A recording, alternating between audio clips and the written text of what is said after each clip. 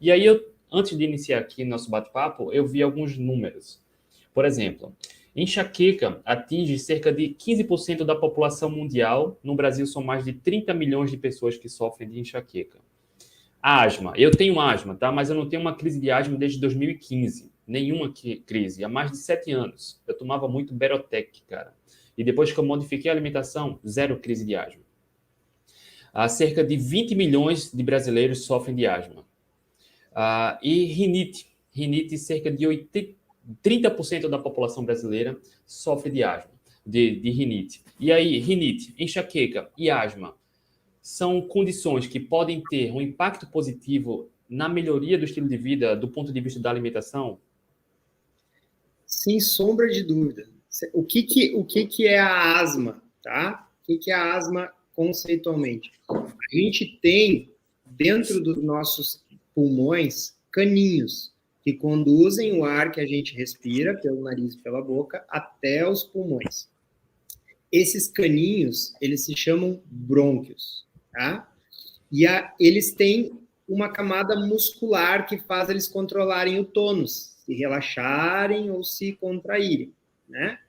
E o que é a asma? A asma é uma hiperreatividade brônquica, né? Então, esse brônquio, ele reage de forma mais intensa que ele deveria, ele se inflama em virtude, né, de um estado inflamatório crônico, que pode ser evocado por qualquer gatilho inflamatório.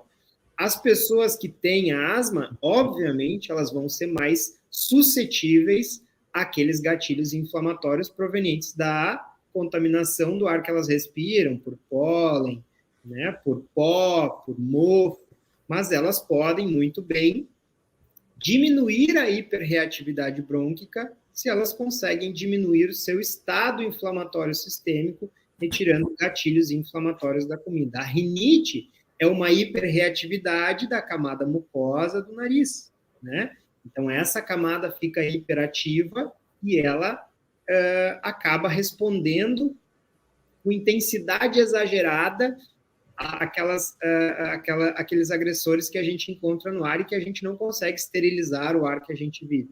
Mas se o paciente que tem rinite, ele retira gatilhos inflamatórios da sua alimentação, pode ser que seu nível sistêmico, global, de inflamação se reduza e, com isso, a hiperreatividade da mucosa nasal se reduza também. Então, isso vai se repetindo em todas as doenças, né? É extremamente comum pacientes que têm quadros de artrite, como artrite reumatoide, osteoartrite, reduzirem os gatilhos inflamatórios da dieta e também melhorarem seus sintomas. É extremamente comum pacientes que têm enxaqueca, que hoje é entendida, finalmente, como uma doença inflamatória a nível cerebral, né? Retirarem gatilhos inflamatórios da sua alimentação e verem melhora desses sintomas. Então, não são só aqueles pacientes com doenças inflamatórias intestinais, claro que eles têm uma resposta mais pronunciada, né?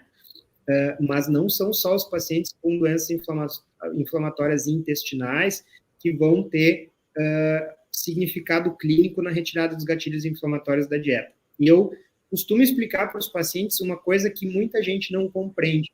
Quando a gente se dá mal com um alimento, a gente pode fazer isso de 3 formas distintas, tá, André?